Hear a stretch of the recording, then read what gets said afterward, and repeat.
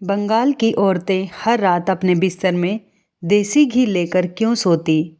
आखिर वो रात जानकर आपके भी होश उड़ जाएंगे। मेरे घर के हालात बहुत ज़्यादा ख़राब थे, इसलिए मुझे किसी ने बंगाल में नौकरी करने के लिए कहा। मैं बंगाल में नौकरी करने के लिए चला गया। बंगाल में जाकर मेरे लिए और भी ज़्यादा मुश्किलें आ गई थी और मुझे यहाँ पर आए हुए अभी 6 महीने ही गुजरे थे। इसलिए मैंने कभी भी अपनी ज़िंदगी में कोई खुशियाँ भरने की कोशिश नहीं की थी। मैंने ना ही कभी किसी लड़की की तरफ नज़र उठाकर देखा और ना ही उससे पहले नौकरी करने की कोशिश की थी। लेकिन जब यहाँ पर आने के बाद मेरे कुछ दिन गुजरे तो जैसे मेरी ज़िंदगी में एक बहार सी आ गई थी। एक बंगाली लड़की ने मुझे पसंद कर लिया था।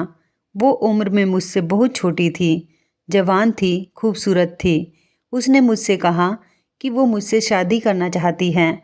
मैं जहाँ पर नौकरी करता था वो भी वहीं पर मेरे साथ नौकरी करती थी। मैं बंगाल की एक फैक्ट्री में प्रोडक्शन डिपार्टमेंट में काम किया करता था और वो भी वहीं पर मेरे साथ काम करती थी। उसने कहा कि वो मुझसे शादी करना चाहती हैं और मुझे पसंद करती हैं। ये बात सुनते ही मेरी तो खुशी का ठिकाना नहीं रहा था। मेरा दिल धड़कना भूल गया था। मैं सोच भी नहीं सकता कि बिजनौर के छोटे से गांव से निकलकर मामूली से काम में सेट होकर मैं एक बंगाली लड़की का पति बन जाऊंगा। ये तो आपको भी सुनने में अजीब लग रहा होगा कि मैं 35 साल का और वो 20 साल की जवान लड़की, उससे शादी करने पर मैं बहुत खुश हो रहा था। उस लड़की की उम्र 20 साल थी। मेरे लिए बहुत ज़्यादा खुशकिस्मती की बात थी। मुझ जैसे 35 साल के लड़के को एक 20 साल की जवान खूबसूरत लड़की मिल रही थी, जबकि हम दोनों की उम्र में लगभग 15 साल का फासला था। आखिर उसने मेरे अंदर ऐसी क्या खूबी देखी थी जो मुझे पसंद कर लिया था। मेरे लिए यह मेरी ज़िंदगी की सबसे बड़ी खुशखबरी थी, क्योंकि मुझे गांव में तो कोई रिश्ता नहीं दे रहा था, इसलिए कि लोगों का ये कहना था कि आशीष वहाँ जाकर बहुत बिजी हो गया है। आशीष के पास ना तो टाइम है और ना ही इतना पैसा कि हम उसको अपनी बेटी दे सकें।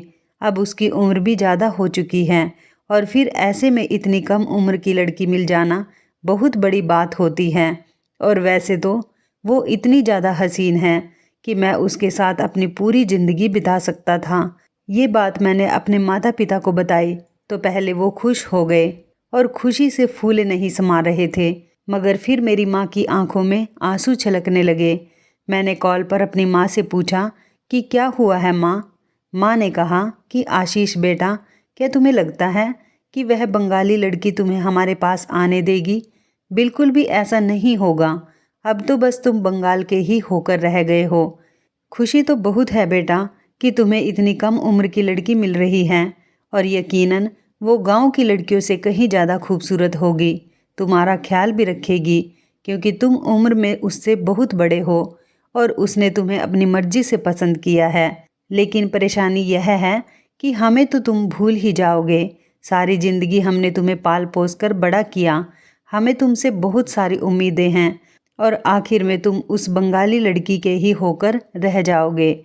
बस माता पिता की किस्मत में आखिर में सिर्फ मायूसी के सिवाय कुछ नहीं बचता। बस बेटे, मेरे दिल का बोझ हल्का हो गया। अब कॉल बंद करती हूँ। माँ के रोने की आवाज़ मेरे कानों में गूंज रही थी। ये बात तो माँ ने बिल्कुल ठीक कही थी। जब मैं बबीता से शादी कर रहा था तो मुझे बाकी लोगों को भूलना ही पड़ता। मैं बहुत ज़्यादा परेशान हो गया था। मेरे दिल में यह ख्याल आया कि इंसान को रोज़गार किस किस तरह से परेशान कर देता है कि उसे अपनों को ही छोड़ना पड़ता है। मुझे उन लड़कियों का दर्द बहुत महसूस हुआ जो अपने माता पिता को छोड़कर अपनी ससुराल की हो जाती हैं और फिर उन्हें वापस अपने ही घर आने के लिए किसी की परमिशन की ज़रूरत होती है। फ़िलहाल मैंने अपनी होने वाली बंगाली पत्नी बबीता से यह बात कही तो वो मेरे गले लग गई और मेरे गले लगकर कहने लगी, तुम ऐसी बातें क्यों कर रहे हो? क्या मुझे एहसास नहीं कि तुम एक इज्जतदार परिवार से ताल्लुक़ रखते हो और मैं कौन सा अलग हूँ? मेरे भी परिवार का यही उसूल है जो तुम्हारे परिवार का है। मुझे तो खुशी है कि तुम इतने जज्बाती हो रहे हो। इसका मतलब यही है कि तुम फ्यूचर में मुझसे बेपनाह मोहब्बत करोगे। मुझसे इतना प्यार करोगे कि मैं सारी ज़िंदगी खुश रहूँगी। जाहिर सी बात है, जो लड़का अपने माता पिता की इज्जत करता है वही असल में असली मर्द होता है, जो अपनी पत्नी को भी मोहब्बत दे सकता हो जो उसे चाहिए होती है। मेरी पत्नी की इतने नरम दिल को देखकर मैं बहुत खुश हुआ था। मैंने उससे पूछा, क्या तुम मेरे माता पिता के पास जाने की परमिशन दे रही हो? तुम्हें पता है ना कि तुमने मुझसे कहा था तुम शादी के बाद यहीं पर रहना चाहती हो। तो वो कहने लगी, अरे मेरे बेवकूफ़ पति, मैं तुमसे ये कहना चाह रही हूँ कि तुम अपने माता पिता को यहाँ बंगाल बुला लो। वैसे भी तो घर पर रहकर क्या करेंगे, तुम उनके इकलौते बेटे हो। अब वो वहाँ पर अकेले रह गए, तुम चाहो तो उन्हें यहाँ पर बुला सकते हो। तुम ही तो कहते हो कि तुम्हारे रिश्तेदार अच्छे नहीं हैं और ना ही उन लोगों का व्यवहार तुम्हारी फैमिली के साथ अच्छा है, तो फिर वहाँ पर अकेले रहकर तुम्हारे पेरेंट्स क्या करेंगे? तुम उनको यहाँ पर बुला लो और हम उनकी मौजूदगी में उनके सामने यहाँ पर शादी कर लेंगे। मेरी पत्नी बबीता के कहे हुए शब्द मुझे बहुत ही अच्छे लग रहे थे। मैंने अपने पेरेंट्स को ये गुड न्यूज़ सुना दी। मेरे पेरेंट्स के आने जाने का सारा खर्चा बबीता ने ही उठाया था। वैसे भी उसके पास पैसों की कोई कमी नहीं थी, क्योंकि वो मुझसे पहले ही फैक्ट्री में काम कर रही थी। 18 साल की थी तब से ही वो इस फैक्ट्री में काम कर रही थी और मुझे तो अभी फैक्ट्री में लगे हुए सिर्फ 6 महीने ही गुजरे थे, इसलिए मेरी सैलरी उससे कम थी। शायद बबीता को अपनी ज़िंदगी में ऐसा मर्द चाहिए था जो उसके साथ चलता हुआ अच्छा लगे। वैसे मेरी उम्र 35 साल थी, लेकिन मेरी हाइट हेल्थ कम थी, इसलिए मैं भी कम उम्र का ही लगता था। मैं कोई आदमी नहीं बल्कि कम उम्र का लड़का ही लगता था। बस गांव के लोगों की ही सोच ऐसी थी कि वो अपनी बेटी मुझे नहीं देना चाहते थे। खैर, अब तो मेरे पास एक ऐसी लड़की थी जो मुझे पसंद करती थी और मुझ पर मर मिटी थी। मैंने अपने पेरेंट्स को एक हफ्ते के अंदर अंदर ही बंगाल बुला लिया था। ये सब देखकर तो हमारे रिश्तेदार भी हैरान रह गए थे कि आशीष की किस्मत जाग गई है। उसने बंगाली लड़की से शादी करके अपने माता पिता को भी वहीं पर बुला लिया। मेरे पेरेंट्स जब यहाँ पर आए तो मेरी उनकी मौजूदगी में शादी हो गई। शादी वाले दिन मैं बहुत ज़्यादा खुश था। मुझे यकीन नहीं आ रहा था ये सब कुछ हकीकत में हो रहा है या फिर कोई सपना है। मेरी पत्नी ने मुझसे कहा कि वो मुझसे सिर्फ प्यार और इज्जत चाहती है। आज रात के 2 बज रहे थे और वो मेरे कमरे में मेरे सामने बैठी हुई थी। वो बहुत ज़्यादा खूबसूरत लग रही थी। वो किसी खूबसूरत गुड़िया की तरह लग रही थी। ऐसा लग रहा था जैसे कोई मासूम सी मूरत मेरे सामने बैठी हुई है। मैं भी बहुत स्मार्ट लग रहा था और कपड़े भी महंगे पहन रखे थे, लेकिन मैं था तो एक अनपढ़ ही। मेरे अनपढ़ होने का सबूत ये था कि मैंने अपनी पत्नी के लिए जो गिफ्ट लिया था उसको मैंने एक सिर्फ छोटी सी थैली में रख लिया था। ना ही उसको बॉक्स में रखा और ना ही उसको पैक करवाया, जबकि मेरे पास एक थैली में अलग से पैसे भी पड़े हुए थे जो मैं आज सुबह सुबह ही लेकर आया था। और ये भूल गया था कि मेरी पत्नी को तो चॉकलेट्स पसंद हैं। उसे तो चॉकलेट और टेडी बियर से प्यार है, जबकि मैं उसके लिए पैसे लेकर आया हूँ और मैंने एक छोटा सा आर्टिफिशियल सेट भी उसके लिए ले लिया था। वैसे भी हम जैसे लोगों की फितरत कहीं भी जाकर नहीं बदलती। मैंने भी ना सोचते हुए पैसे अपने पास इसलिए रखे थे कि वो जो चाहेगी अपने लिए लेकर आ जाएगी। ये भूल गया था कि उसके पास तो पहले से ही बहुत सारे पैसे हैं। मेरी पत्नी के हाथ में पहले से ही एक छोटा सा बॉक्स मौजूद था। शायद वो भी मुझे कोई गिफ्ट देना चाहती थी। जब मैंने उसके हाथ में वो गिफ्ट देखा तो अपने पैसे देने का इरादा बदल लिया। सोचा कि उसे पैसे नहीं दूंगा, लेकिन वो मेरे हाथों में थैली देख चुकी थी जिसमें से एक में तो ज्वेलरी सेट था और दूसरे में पैसे थे। वो मुझसे पूछने लगी, आशीष इसमें क्या है? उसने मुझसे पूछा तो मैंने उसे बता दिया, ये मैं तुम्हें देने वाला था। मैंने ज्वेलरी सेट तो उसको दे दिया, उसे पसंद आया, लेकिन वो दूसरे वाली थैली को मैंने कहा कि इसे तुम कहीं पर रख दो, ये मैं तुमसे सुबह को ही ले लूँगा, ये मेरा रोज़ का जेब खर्च है। तो बबीता कहने लगी कि मुझे तो लगा था कि तुम मेरे लिए कोई स्पेशल गिफ्ट लेकर आए हो। वो ज्वेलरी सेट भी सिर्फ मामूली सा ही था। उसे अच्छा तो लगा था, लेकिन वह उसे देखकर ज़्यादा खुश नहीं हुई थी। मैंने उससे कहा, माफ़ करना बबीता, मैं अपने पेरेंट्स की वजह से शायद सब कुछ भूल गया था कि मुझे तुम्हें कोई स्पेशल सरप्राइज़ भी देना है। लेकिन मैं तुम्हें कल इससे भी अच्छा गिफ्ट ला कर दूंगा जो तुम्हें बहुत ज़्यादा पसंद आएगा। बल्कि ला कर नहीं दूंगा, तुम्हें उस गिफ्ट के पास जाना पड़ेगा। मेरी चिकनी चिकनी बातों में वो आ गई थी और उसकी नाराज़गी भी दूर हो गई थी और वो सब कुछ भूलकर मेरे गिफ्ट के बारे में सोचने लगी। मैंने गद्दे के नीचे हाथ बढ़ाया और उससे कहा कि मैं ये सारे पैसे गद्दे के नीचे रख रहा हूँ। तब उसका चेहरा उतर गया। ऐसा लग रहा था जैसे वह नहीं चाहती थी मैं गद्दे के नीचे सामान रखूं। वो शायद मुझे अपने पास नहीं आने देगी। इस शादी का कोई मकसद होगा जैसे उसने शादी की, वरना मेरे हाथ आगे बढ़ाने पर वो मुझे इतनी अजीब नज़रों से नहीं देखती। मेरे दिल में हजारों सवाल आ रहे थे। बबीता कहने लगी, ये तुम क्या कर रहे हो? गद्दे के नीचे क्यों रख रहे हो? उसने मुस्कुराकर मुझसे पूछा। मैंने कहा, तो फिर कहाँ पर रखूं? तो वो कहने लगी, लाओ मैं इसे अपनी अलमारी में रख देती हूँ। उसने मुस्कुराकर जवाब दिया और उसने अपनी अलमारी को खोलकर उसमें रख दिया। मैं कब सो गया मुझे पता ही नहीं चला। सच पूछो तो मुझे याद ही नहीं कि मैं कब सो गया। जब मैं सुबह उठा तो मेरी पत्नी मेरे सामने बैठी हुई थी और वो मुस्कुराते हुए मुझे ही देख रही थी और मुझसे कहने लगी, जल्दी उठो आशीष, बहुत देर हो रही है और हमें फैक्ट्री भी तो जाना है। सब लोग हमारा वहाँ पर इंतज़ार कर रहे होंगे और तुम्हारे पेरेंट्स भी यही सोचेंगे कि मैंने उनके बेटे को उनसे छीन लिया। तो चलो जल्दी उठो, पहले ही बहुत देर हो गई है। उसने यह कहकर गद्दे के चारों तरफ के कोनों को अच्छी तरह से चादर से दबा दिया। मैं वॉशरूम में चला गया। मुझे अपनी पत्नी बबीता का बिहेव बहुत ही अजीब लग रहा था। ऐसा लग रहा था जैसे वह मुझसे कुछ छुपाने की कोशिश कर रही है। मैं वॉशरूम से वापस आया तो वो बेड पर ही बैठी हुई थी। जैसे ही मेरी नज़र उस पर पड़ी तो वह चौंक कर बेड पर लंबी लंबी लेट गई। ऐसा लग रहा था जैसे वो अपनी चोरी पकड़े जाने के डर से मुझसे कुछ छुपा रही है। मैंने उससे पूछा भी कि बबीता क्या है इन गद्दों के नीचे? तो बबीता कहने लगी, गद्दों के नीचे तो कुछ भी नहीं है। मैं आपसे क्या छुपाऊंगी? मैं क्या इसके नीचे कोई गलत चीज़ रखूंगी या फिर मेरे पास कोई खजाना है जो मैं गद्दों के नीचे दबा के रखूंगी? जैसे ही मैं पीछे मुड़ा और तैयार होने लगा तो अचानक ही वो खड़ी हो गई और उसने जल्दी से गद्दी के नीचे से कुछ निकाला और फ़ौरन उसको अलमारी के अंदर रखकर अलमारी में ताला लगा दिया।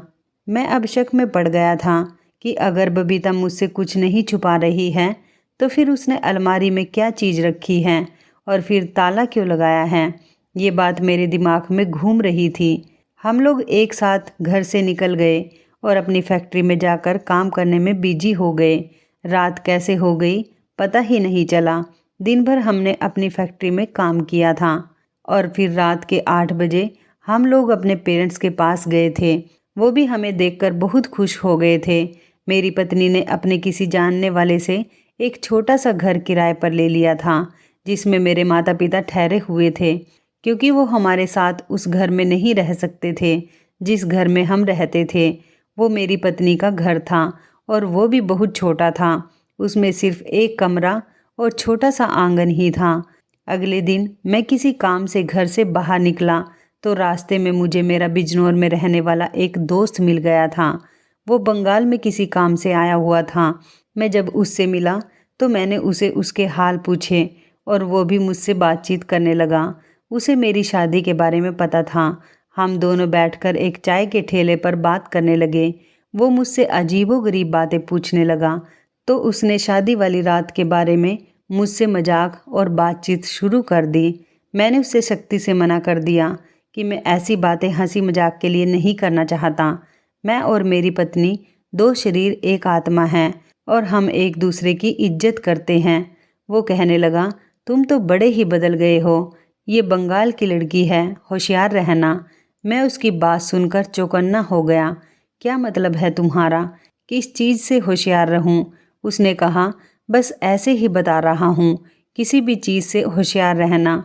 उसकी बात सुनकर मैंने गद्दे वाली वो बात अपने दोस्त को बता दी, क्योंकि मैं ये बात तो नहीं छुपा सकता था। इसमें ऐसी भी कोई शर्म वाली बात नहीं थी जो मुझे ये बात उसे बताने से रोक थी। मेरी बात सुनकर मेरा दोस्त अचानक ही उछल पड़ा और कहने लगा, तुम ठीक कह रहे हो, तुम्हारी पत्नी जरूर गद्दे के नीचे कुछ रखती होगी और फिर गद्दे को भी तुम्हें हटाने से मना करती होगी। मैंने अपने दोस्त से कहा कि हाँ, ऐसा ही करती है। तुम ठीक कह रहे हो, शायद ये मेरा वहम भी हो सकता है, लेकिन मुझे ऐसा ही लग रहा है। आगे का नहीं पता। तो मेरा दोस्त कहने लगा, चलो तुम इससे पहले अपनी पत्नी पर शक करो 2-3 दिन और तुम इस बात की सच्चाई का पता लगा लो कि वो रात को ऐसा ही करती है या फिर तुम्हें लगता है। मैंने उससे कहा, चलो ठीक है, मैं किसी दिन गद्दा ही उठाकर देखूंगा कि आखिर वो उसके नीचे क्या रखती हैं और वो रात को भी सोने से पहले बड़ी अजीब सी हरकतें करती हैं। मैंने अपने दोस्त को बताया। उसने कहा कि ठीक है, तुम 2-3 दिन उसको आजमा कर देखो, उसके बाद तुम किसी नतीजे पर पहुंच सकते हो। रात हुई तो मुझे किसी और चीज़ से ज़्यादा इंटरेस्ट बबीता के उस बिहेव में था कि वो गद्दे के नीचे क्या रखती है। फिर वही हुआ। रात हुई तो बबीता का बिहेव अजीब सा हो गया। बाकी सारी बातें तो वो मेरी मानती ही थी, किसी चीज़ पर उसे कोई ऐतराज़ नहीं था, लेकिन गद्दे के साथ वही राज रख रही थी। गद्दा तो वैसे चादर से दबा रही थी जैसे उसके नीचे कोई खजाना हो, और वो अपनी साइड की तरफ वाले गद्दे के साथ ही ऐसा करती थी। मुझसे कहने लगी, आशीष इधर होकर लेटो, ये क्या कर रहे हो। उसने मुझे अपनी जगह से पीछे हटा दिया और कहने लगी, मैं देख रही हूँ कि तुम मेरी जगह पर लेटने की कोशिश कर रहे हो, बहाने से गद्दे के नीचे देखना चाहते हो। प्लीज़ तुम ऐसा मत करो, मैं तुम्हारी पत्नी हूँ और मुझे तुमसे ज़्यादा घर की साफ़ सफाई का ध्यान रहता है। इस साइड का बिस्तर बिल्कुल ठीक है। वो फिर मेरे तकिए पर मेरे पास आकर लेट गई और मेरी बाजू पर अपना सर रख लिया। मैं मजबूर था। शुरू शुरू में इंसान इतना कंफर्टेबल तो नहीं होता कि एक दूसरे से हर बात कर सके। मैं भी खामोश हो गया और इसी तरह से वो मेरी बाजू पर सिर रखकर सो गई और मैं भी सो गया। मैं उठा तो मुझे फिर याद नहीं था कि रात क्या हुआ। मेरी पत्नी ने किस तरह से सामान गद्दे के नीचे से निकाला और अलमारी में रख दिया और अलमारी को ताला लगा दिया। अब तो ये बात कंफर्म हो चुकी थी कि वो ज़रूर गद्दे के नीचे कुछ रखती है और फिर रख कर मुझसे छुपाती भी है। अगले दिन मैंने अपने दोस्त को फैक्ट्री के बाहर बुला लिया और मैंने अपने दोस्त को ये बात बता दी। तो उसने कहा कि ज़रूर तुम्हारी पत्नी का कोई ना कोई मकसद होगा। अब तुम्हें उसकी सच्चाई का पता लगाना ही होगा कि वो गद्दे के नीचे क्या रखती है और क्यों रखती है, और उसकी वजह भी तुम्हें ही पता लगानी चाहिए। देखो, पहले तो मुझे शक हो गया था कि एक लड़की जिसके पास भगवान का दिया सब कुछ है, वो तुमसे क्यों शादी कर रही है। और फिर इतनी कम उम्र की लड़की, वो किसी और लड़के से भी तो शादी कर सकती थी। जरा सोचो तो सही कि तुम में ऐसी कौन सी खास चीज़ थी कि उसने तुमसे शादी की। कहीं वो कुछ और तो नहीं करने जा रही है। करण की बातें मुझे डरा रही थी। मैंने उससे कहा, तुम्हारा क्या मतलब है कि वो क्या करेगी मेरे साथ, तुम ऐसा क्यों कह रहे हो। करण मेरी बात सुनकर सोचने वाले अंदाज में कहने लगा, देखो आशीष, मैं तुम्हें बेवजह के शक में नहीं डालना चाहता, लेकिन एक बात तो सच है जो मुझे नज़र आ रही है। तुम्हें खुद भी अजीब लगता है कि वह जरूर तुम्हारे बेड के गद्दे के नीचे सोने से पहले कुछ रखती है जिसे वो सुबह निकाल लेती है। अब ये तो तुम पर लागू होता है कि तुम उस चीज़ को किस तरह से ढूंढो, क्योंकि अगर फिर कोई बात हुई तो फिर तुम्हारा जिम्मेदार कौन होगा। अब तो तुम अपने माता पिता को भी यहाँ पर बुला चुके हो। ये सोचो कि ये लड़की 1 महीना पहले तुम्हारे लिए बिल्कुल अजनबी थी और आज तुम इस लड़की के साथ एक कमरे में रह रहे हो, खा रहे हो, पी रहे हो और उसके साथ घूम रहे हो, अपने होश खो रहे हो। क्या पता वो लड़की कौन है और तुम्हारे साथ क्या करना चाह रही है।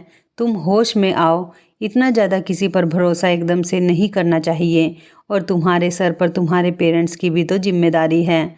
तुम अकेले तो नहीं हो। करण ने मुझे अच्छे खासे शक में डाल दिया था। आज मैंने सोचा कि मैं एक पति होने के नाते अपने इस रिश्ते को इस्तेमाल करूँगा और ज़बरदस्ती घर जाकर गद्दे को उठाकर देखूँगा कि वो उसके नीचे क्या रखती है, क्योंकि ऐसा तो हो ही नहीं सकता कि वो मुझसे हर एक बात के लिए रोज़ मना कर दे और मैं उसके कहने पर रुकता ही चला जाऊं। पति पत्नी के बीच तो कोई राज नहीं होना चाहिए। आज मैंने अपने दिल में इरादा कर लिया कि मैं घर जाते ही गद्दा उठाकर ज़रूर देखूंगा। जब मैंने पीछे पलट कर देखा तो मेरी जान ही निकल गई। मैंने देखा कि मेरी पत्नी वहीं पर मेरे पीछे ही खड़ी हुई सब कुछ सुन रही थी। मुझे उसे देखकर बहुत शर्मिंदगी महसूस हो रही थी कि मुझसे कितनी बड़ी गलती हो गई। वो मेरे बारे में क्या सोच रही होगी। मैं दिल ही दिल में पछता रहा था। मेरी पत्नी मेरा सारा प्लान जान चुकी थी। अब मैं अपनी पत्नी से ये भी नहीं कह सकता था कि तुम गद्दे के नीचे क्या रखती हो।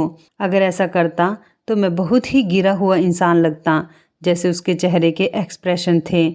उससे तो ऐसा ही लगता था जैसे मेरी पत्नी को इस बात पर बहुत गुस्सा आया है और उसे मुझ पर अफसोस हो रहा है कि मैं कितना बेगैरत इंसान हूँ जो अपने दोस्त से अपनी पत्नी की ही बुराई कर रहा था। मेरे दोस्त को भी अंदाज़ा हो गया था कि मैं अपनी पत्नी के सामने शर्मिंदा हो रहा हूँ। मेरे दोस्त ने कहा, तुम भी कितने पागल इंसान हो। अगर उसे पता चल भी गया है कि तुम मुझसे ये बात कह रहे हो तो तुम्हें उस पर भरोसा करना चाहिए बजाय परेशान होने के। तुम एक काम करना, घर जाते ही गद्दा बेड से हटाकर देखना और कहना कि मुझे बस यही जानना था कि गद्दे के नीचे क्या है। अब तुम अगर इस बात पर डरने लगोगे तो वो तुम्हारे लिए और मुश्किल हो जाएगा, क्योंकि औरत के सामने तुम जितना दबकर रहोगे वो तुम्हें उतना ही दबाती चली जाएगी। मेरे दोस्त की बात भी सही थी। अब मैं इसी एहसान में दबा हुआ था कि वो बंगाली है, उसने मुझसे शादी कर ली, मेरे माता पिता को भी यहाँ पर बुला लिया।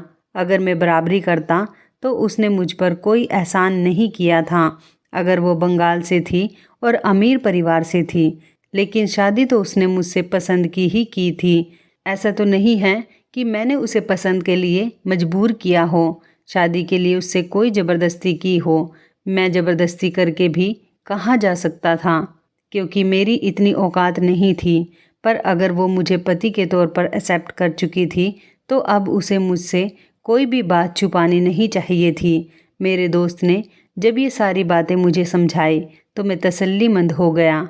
मैंने सोच लिया कि अब मैं उससे साफ साफ बात करूँगा।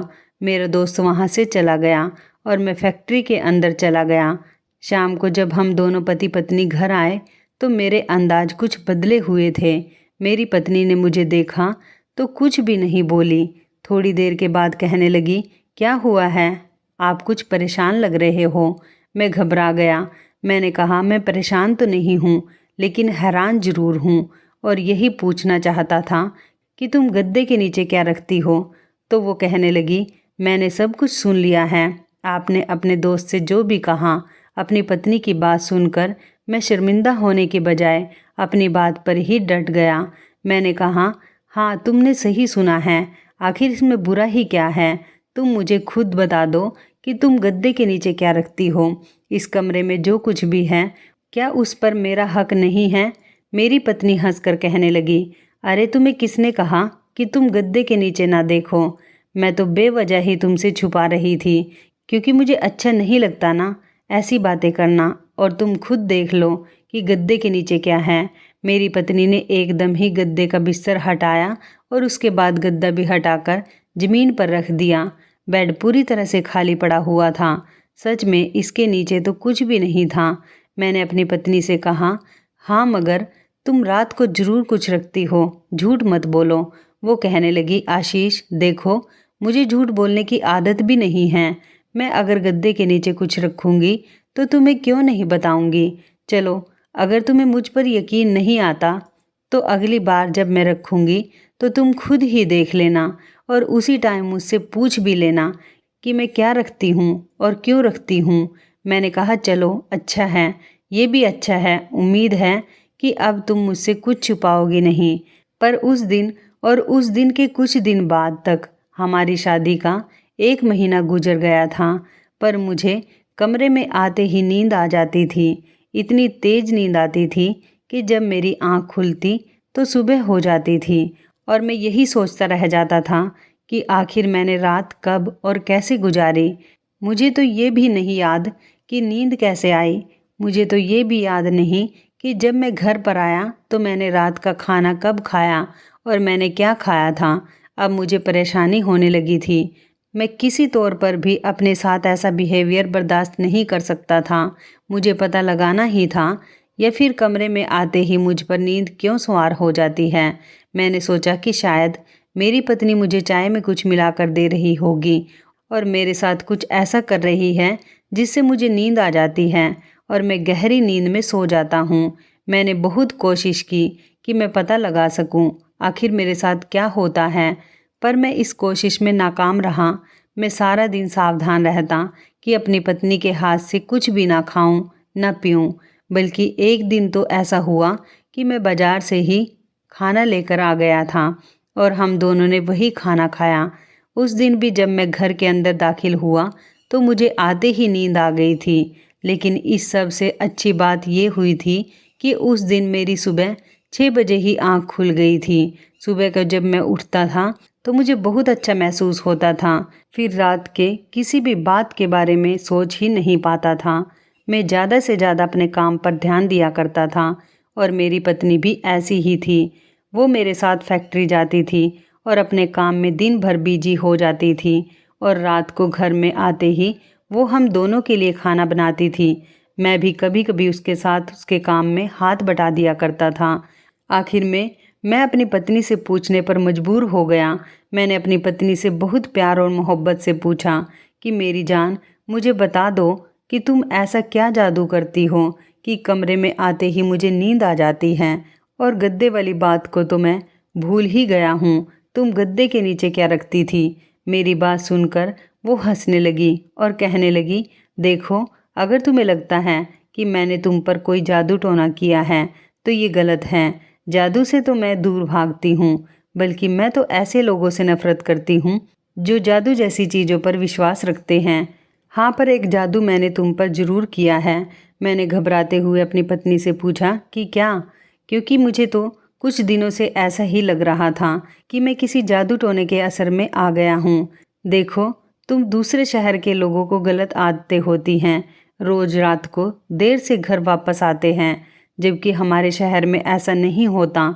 यहाँ के सारे मर्द जल्द ही घर में आ जाते हैं और अपने परिवार के साथ ही सो जाते हैं।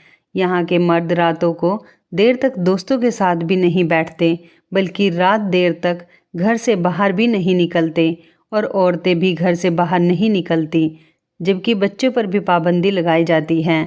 सब लोग रात को 8 बजे तक ही सो जाते हैं और सुबह को 6 बजे तक उठ जाते हैं।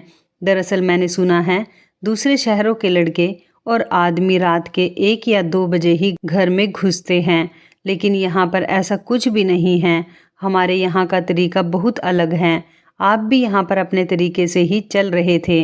जब हम दोनों फैक्ट्री से आते थे तो आप खाना खाने के बाद यहाँ से चले जाते थे और मैं घर में अकेली हो जाती थी और आपका इंतज़ार करती रहती थी। मुझे आपका ये तरीका बिल्कुल भी पसंद नहीं आया था। मेरी बात पर नाराज मत होना, लेकिन बात यही है कि आपका तरीका बहुत गलत था। आपको रात को घर में होना चाहिए और अपनी पत्नी का ख्याल रखना चाहिए। वैसे तो आप मेरे साथ घर के कामों में भी हाथ बटाते हैं, लेकिन आपको बाहर जाने की ज़्यादा फिक्र लगी रहती थी। मैंने सोचा कि अगर मैं आपसे लड़ाई झगड़ा करूँगी, आपको बदलने की कोशिश करूँगी, तो शायद आप मुझसे नाराज़ हो जाएंगे, मुझसे लड़ाई झगड़ा करोगे। मैं आपको शादी के बाद से ही बदलने की कोशिश कर रही हूँ, लेकिन सच बताइए, क्या आपको अच्छा नहीं लगता कि आप घर में रहकर अपनी पत्नी का ख्याल रखें?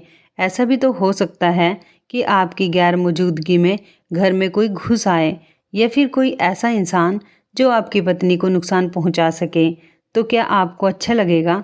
उसने नजरें चुराते हुए कहा। तो बस ये सब कुछ मैं इसलिए ही कर रही थी। मेरी तो सिर्फ ये कोशिश थी कि आप रात को जल्दी घर में आ जाओ और जल्दी ही सो जाया करो। इस शहर में क्राइम बहुत ज़्यादा हैं। मैं नहीं चाहती थी कि मेरा पति भी किसी गलत काम में पड़ जाए या फिर लोग उसे मुश्किल में डाल दें। हम लोग मामूली से लोग हैं। अगर हमें अपनी ज़िंदगी आसानी से जीनी है तो हमें अपने तौर तरीके बदलने पड़ेंगे, और मैं यही कर रही थी। आपके साथ आपके तौर तरीकों को बदल रही थी। आपके गांव में ऐसा होता होगा कि आप रात को देर से घर वापस आते होंगे, लेकिन यहाँ पर ऐसा कुछ नहीं है। यहाँ रात हो जाने के बाद कोई बच्चा भी घर से बाहर नहीं निकलता। तभी तो यहाँ पर हर कोई इंसान सुबह जल्दी उठकर अपने काम में लग जाता है और शाम को जल्दी फ्री होकर अपनी फैमिली के साथ टाइम स्पेंड करता है और फिर सो जाता है। और रही बात आपकी नींद की, तो मैं एक अलग तरह की कोयल लगाती हूँ जिससे मच्छर तो भागते ही हैं, साथ ही साथ उसकी खुशबू से हम दोनों को नींद भी आ जाती है। और रही बात गद्दे या बेड पर बिस्तर के नीचे मैं क्या रखती हूँ, मैं वहाँ पर एक डिब्बी में देसी घी रखती हूँ और रोज़ रात को उस घी से अपने पैरों की मालिश करती हूँ, क्योंकि सारा दिन फैक्ट्री में काम करके मेरे पैर दुखने लगते हैं। तो देसी घी से मालिश करके जहाँ पैरों का दर्द मिटता है, वहीं पर आँखों की रोशनी भी तेज होती है। अब भी अगर आपको ये लगता है कि आपके सोने के बाद मैं कहीं जाती हूँ या किसी से मिलती हूँ, कोई और काम करती हूँ, तो ऐसा बिल्कुल भी नहीं है। मैं तो रात को उसी टाइम सो जाती हूँ। कमरे में होने वाली कोयल की वजह से आपको भी घर में आते ही नींद आने लगती है और यही इस कमरे की खास बात है। मैंने ये सब कुछ जानबूझकर किया ताकि हम दोनों की ज़िंदगी में आसानी हो। और देखो, छोटी मोटी बात पर शक मत किया करो। अगर तुम मुझसे पूछ लेते तो मैं तुम्हें साफ साफ बता देती, लेकिन तुमने सबसे पहले ये बात अपने दोस्त को बताई, उसके बाद मुझसे सवाल किया। अपनी पत्नी की बात सुनकर मैं शर्मिंदा हो गया था। सच में हम कभी कभी ऐसा ही करते हैं, छोटी से छोटी बात को दिल पर सवार कर लेते हैं और फिर इसी के बारे में सोचते सोचते एक छोटी सी बात का इशू बन जाता है और वो इशू हमारे रिश्ते की सारी खूबसूरती को छिपा लेता है। मैं आप सब लोगों से यही कहना चाहूँगी कि अगर आपको किसी पर भी थोड़ा सा भी शक हो तो आप उसके सामने बैठकर बात को क्लियर कर लें। कभी कभी अपनी पत्नी पर या अपने पति पर शक ना किया करें, वरना आपकी हंसती मुस्कुराती ज़िंदगी तबाह बर्बाद हो जाएगी। शक ऐसी चीज़ है जो लोगों के घर क्या सारी ज़िंदगी को ही उजाड़ देता है। भगवान का शुक्र है कि मेरी पत्नी समझदार थी और उसने मुझे समझाने के लिए एक नया तरीका अपनाया। तो इस कहानी के बारे में आपकी क्या राय है, कमेंट करके ज़रूर बताइएगा। दोस्तों, आपको हमारी ये मज़ेदार कहानी कैसी लगी, आप हमें कमेंट बॉक्स में ज़रूर बताएं। यदि आपके पास भी ऐसी कोई प्यारी सी कहानी है या फिर ऐसी कोई कहानी जिससे कुछ शिक्षा मिले, तो आप हमारे साथ उसको ज़रूर शेयर करें। दोस्तों, यदि आपको हमारी ये वीडियो अच्छी लगे तो आप हमारी इस वीडियो को लाइक शेयर ज़रूर करें और ऐसी ही दिल को छू लेने वाली प्रेरणादायक कहानियाँ सुनने के लिए हमारे चैनल को भी सब्सक्राइब करें। यदि आप हमें फेसबुक पर देख रहे हैं तो आप हमारे फेसबुक पेज को लाइक और फॉलो ज़रूर करें। तो दोस्तों, फिर मिलते हैं ऐसी ही ज़बरदस्त कहानी या टिप्स के साथ नई वीडियो में। तब तक के लिए धन्यवाद। आप सभी अपना ख्याल रखना। आपका दिन शुभ व मंगलमय हो।